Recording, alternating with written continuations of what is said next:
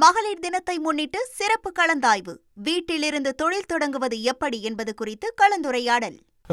இந்த பிரசிடன்ட் உட்பட but he has chosen this time. நம்ம இன்னமும் கூட விரிவாக பேசுவோம். நான் திரு பானுச்சந்தர் அவர்களையும் டிபேட்டில் கொண்டு வரணும்னு நினைக்கிறேன். திரு பானுச்சந்தர் இப்போ இன்னைக்கு ஒரு பெரிய கோல்ஸை செட் பண்ணியிருக்கிறாங்க, இந்த ரெஜிம் மாற்றம் அப்படின்னு. ஒரு தலைவரை கொல்வது அப்படிங்கிறது ஒன் திங், பட் அந்த ஈரானியன் ஸ்டேட், அதோடைய அப்பேரட்டஸ், அதோடைய ஐஆர்ஜிசி, அதோடைய அயன் கண்ட்ரோல் அப்படிங்கிறது ரொம்ப ஆழமானது.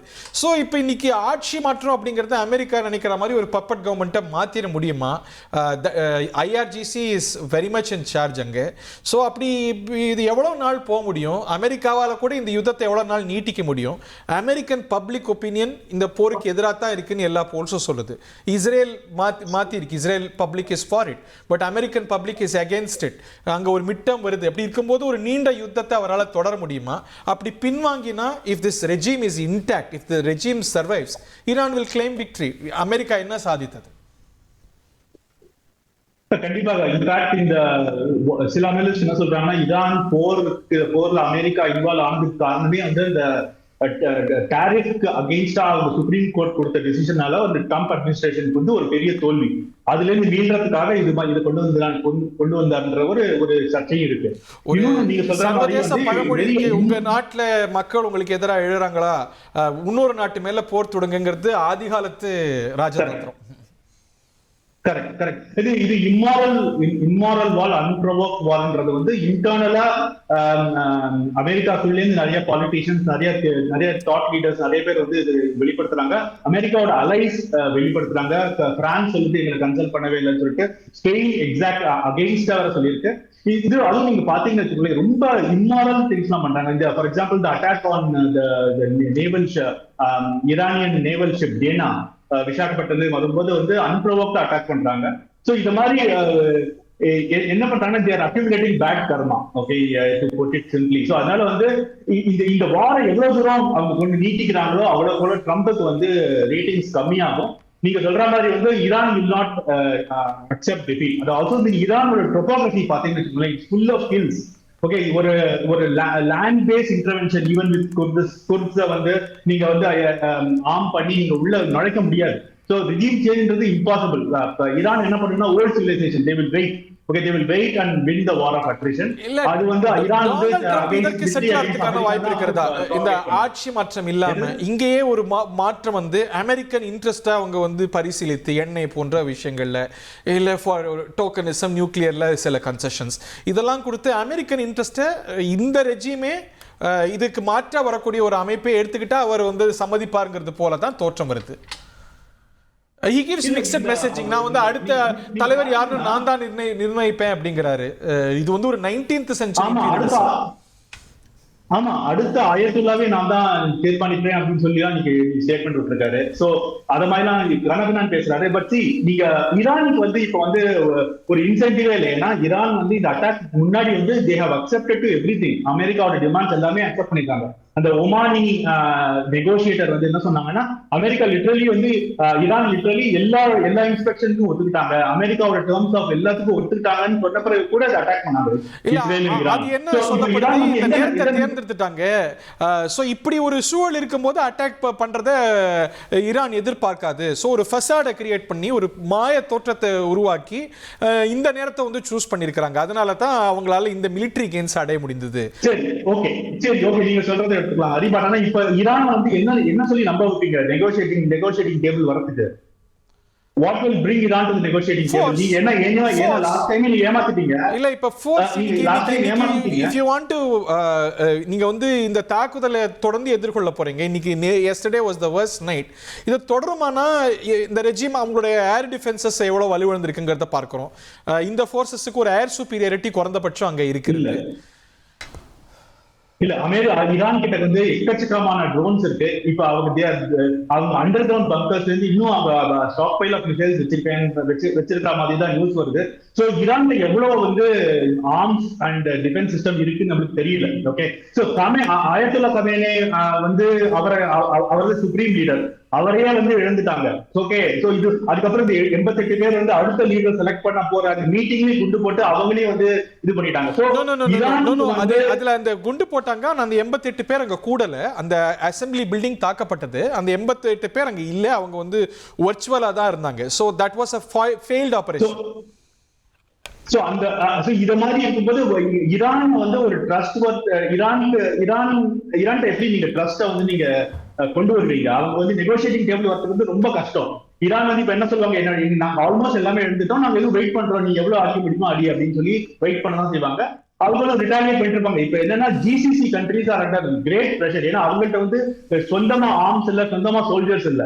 Okay, there sitting ducks. இப்ப வந்து சவுதி அரேபியா கூட வந்து சடன்லி வந்த லைன் அப்படின்ற ஒரு அவங்களோட ரியல் எஸ்டேட் ப்ராஜெக்ட் நிறுத்தி now there building data center so that அதுல இருந்து டிஃபென்ஸ் வந்து டிஃபென்ஸ் பர்பஸஸ் யூஸ் பண்ணலாம் அப்படின்னு சொல்லி சொல்றாங்க.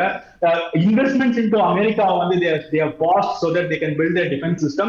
சோ அதனால வந்து ஜிசிசி கண்ட்ரீஸ் எக்கச்சக்கமான ராணுவ தற்சார்பு அப்படிங்கிறது எந்த அளவுக்கு அவசியம் அப்படிங்கிற பாடத்தை உங்களுக்கு இது உணர்த்தி இருக்கக்கூடும். தங்களோட பாதுகாப்புக்கு ஒரு செக்யூரிட்டி அம்ப்ரெல்லாவை அமெரிக்காவை தான் நம்பி இருக்கிறாங்க. கர்னல் வெயின், இது வந்து ஒரு purely from a militaristic point of view யாருக்கு ஒரு அப்பர் ஹேண்ட் இருக்குதுன்னு பாக்குறீங்க?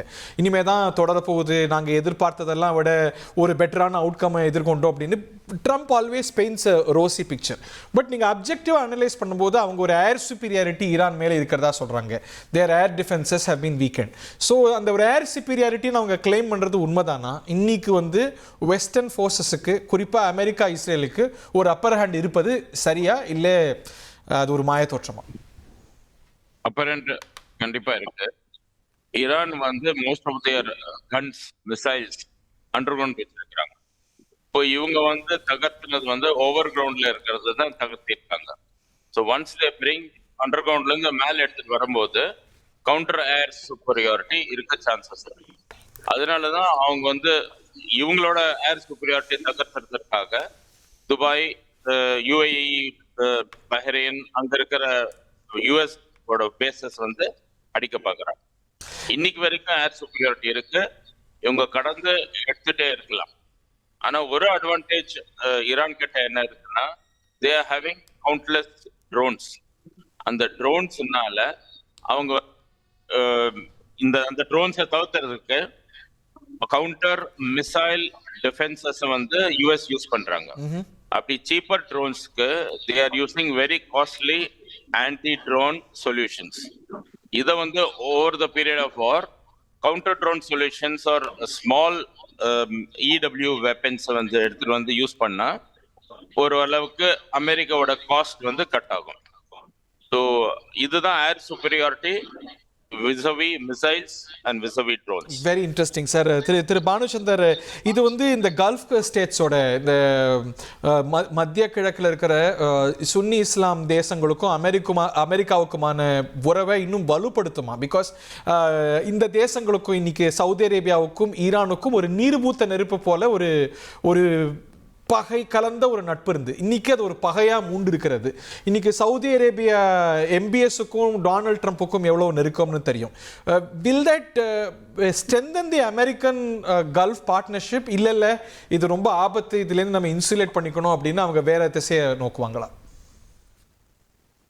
இல்ல, இது வந்து ஃபர்ஸ்ட் இந்த வார்ல இருந்து ஜிசிசி கண்ட்ரிஸ், கல்ஃப் கோஆபரேஷன் கண்ட்ரிஸ்க்கு என்ன புரிஞ்சிருக்குன்னா, நீங்க எவ்வளவுதான் நீங்க அமெரிக்காவோடையும் இஸ்ரேலோடையும் நீங்க ஃப்ரெண்ட்ஸா இருந்தாலும் செல்ஃப் ரிலையன்ஸ் இல்லாம செல்ஃப் ரிலையன்ஸ் இன் டிஃபென்ஸ் வந்து ரொம்ப இம்பார்ட்டன்ட் அப்படின்றது கிளியரா தெரிஞ்சுக்கோங்க. ஓகே, சோ இப்போ வந்து they will invest heavily in defence mechanism. இல்ல இந்தியாவுக்கு வந்து very big opportunity. That's a different story altogether. அதுல என்னன்னா, இப்ப அமெரிக்காவுக்கும் ஜிசிசி கண்ட்ரீஸ்க்கும் இருக்கிறது வந்து it's totally commercial dealing. Okay, right from 1960s பாத்தீங்கன்னா it is based on petro dollars. Okay, so petroleum and investment. So அவங்க இதுதான் அவங்களோட வந்து basis of their relationship. So ideological relationship கிடையாது. In fact ideologically opposite, right? But இப்ப ஈரானுக்கும் இந்த தேசங்களுக்கும் இடையே ஒரு ஐடியாலஜிக்கல் டிவைட் இருக்குல்ல, ஷியா சுன்னி டிவைட் இருக்கு. அது இன்னும் அந்த ஸ்கிசம் இன்னும் பெருசாகுமா? what kind of a consequence it will lead to? இல்ல, கண்டிப்பா ஸ்கிசம் பெருசாகும். ஏன்னா முன்னாடி வந்து ஒரு பகை இருந்தாலும் அட்டாக் ஈச் அதர். இப்போ வந்து ஈரான் வந்து the attack Sunni country. So அந்த டைமென்ஷன் கொண்டு வருவாங்க. அது வந்து உலக அளவுல வந்து அதுக்கு உண்டான ரிப்பர்கஷன்ஸ் இருக்கும். For example in Pakistan, maybe even in India. So இதுல வந்து இந்த மாதிரி ரிப்பர்கஷன்ஸ் இருக்கும். அது எப்படி அது டெவலப் ஆகுதுன்றது பார்ப்போம். பட் இன்ஃபேக்ட் அவங்க ஈராக் அட்டாக் பண்ணும்போதே வந்து இந்த ஈராக் மோஸ்ட்லி ஷியா ஸ்டேட், ஈராக் அட்டாக் பண்ணும்போதே வந்து ஜிசிசி கண்ட்ரிஸ்லாம் ஒண்ணுமே சொல்லல. ஓகேவா? அப்பையில இருந்தே ஒரு ஒரு ஒரு ஒரு பகை உணர்வு வந்து இருந்துட்டே இருந்துச்சு. பட் இப்போ வந்து கிளியரா அட்டாக் பண்ணிருக்காங்க. ஸோ இன்னும் வந்து அந்த உணர்வு வந்து ஸ்ட்ராங் ஆகும், பகை உணர்வு வந்து ஸ்ட்ராங் ஆகும். பட் அதே சமயத்துல தி மென் ஆன் தேர் ஸ்ட்ரீட்ஸ் அவங்களுக்கு வந்து ஒரு ஆன்டி இஸ்ரேல் சென்டிமெண்ட்ஸ் இந்த தேசங்கள்ல ரொம்ப அதிகம். அவங்க வந்து ஈரானுக்கும் இஸ்ரேலுக்கும் இடையே யுத்தங்கள் நடக்கும்போது, இல்லை ஆபரேஷன்ஸ் நடக்கும்போது, பிரச்சனைகள் நடக்கும்போது இஸ்ரேல் எதிர்த்து பேசுவது உண்டு. ஆனா பல சமயங்கள்ல இஸ்ரேலோடு கொலாபரேட் பண்ணியிருக்காங்க. அதை எக்ஸ்போஸ் பண்ணுவது, நீங்க ஒரு இஸ்ரேல் கேம்ப்ல இருக்கிறீங்க அப்படின்னு அந்த பாப்புலேஷன்ஸ் மத்தியில இந்த தேசங்களுக்கு ஒரு சங்கடத்தை, தர்ம சங்கடத்தை கொடுப்பது அப்படிங்கிறது ஈரானுடைய ஒரு ஹிடன் மோட்டிவா இதுல பார்க்க முடியுமா? இருக்கலாம். பட் ஆனா all of them are dictatorships. Okay, ஒண்ணுமே பண்ண முடியாது. அவங்க என்ன பண்ண முடியும்? ஒரு டெமோக்ரஸி மாதிரி இருந்தானா மக்கள் வந்து தங்களோட எதிர்ப்பை வந்து சொல்ல முடியும். ஒரு எலெக்ஷன் அங்க வந்து ஸ்திரமும் பொருளாதார வளமும் இருக்கிறதுனால இந்த டிக்டேட்டர்ஷிப்புக்கு எதிராக எந்த குரலும் இல்லை. பட் இந்த சூழல்ல அந்த பாப்புலேஷன் சென்டர்ஸ் அட்டாக் ஆகப்படுது. இன்னொன்னு, இந்த தேசங்கள்லாம் ஓப்பனா இஸ்ரேல் கேம்ப்ல இருக்கும்போது தட் பொசிஷன் இஸ் அன்சஸ்டைனபிள். இன்னைக்கு சவுதி அரேபியா கூட இஸ்ரேலோட உறவு கொள்ளணும்னு நினைத்தாலும் கூட பாலஸ்தீன் விவகாரத்தில் கன்செஷன்ஸ் கேட்கறாங்க. So to go against the sentiments on their street, even they are dictatorships or monarchies, அதுக்கு லிமிட்டேஷன்ஸ் இருக்கு இல்லையா? இல்ல, கண்டிப்பா. இந்த ஹோல் நீங்க ஒரு இன்னொரு லெவல் டீப்பரா போனீங்கன்னா Hari, like extreme hypocrisy between these countries. Okay, for example Egypt எடுத்துக்கோங்க. Egypt has a border with Gaza. Okay, they will not allow the Palestine. So and Gazan refugees வந்து அலோவ் பண்ண மாட்டாங்க. என்ன இப்ப தாக்குதல் வந்து ஒரு பல மாதங்களான தாக்குதலுக்கு அப்புறம் கூட வந்து அலோவ் பண்ணல. சோ அவங்க வந்து இஸ்லாமிய நாடு தானே, ஒரு இம்பார்ட்டன்ட் இஸ்லாமிக் கண்ட்ரி தானே, ஏன் அலோவ் பண்ணல? Okay, so are they siding with Israel? So இது வந்து extreme hypocrisy and commercial interest. இல்ல, இப்போ வெளிப்படையான விஷயம், இன்னைக்கு ஈஜிப்டுடைய தலைவரா இருக்கக்கூடிய Sisi on all security levels இஸ்ரேலோட ஒரு கொலாபரேட் பண்றாரு அப்படின்னு. பட் ஒரு அந்த பப்ளிக் சென்டிமெண்ட்ஸுக்காக பல சமயங்கள்ல இஸ்ரேலுக்கு எதிராக ஈஜிப்ட் பேசுவது உண்டு.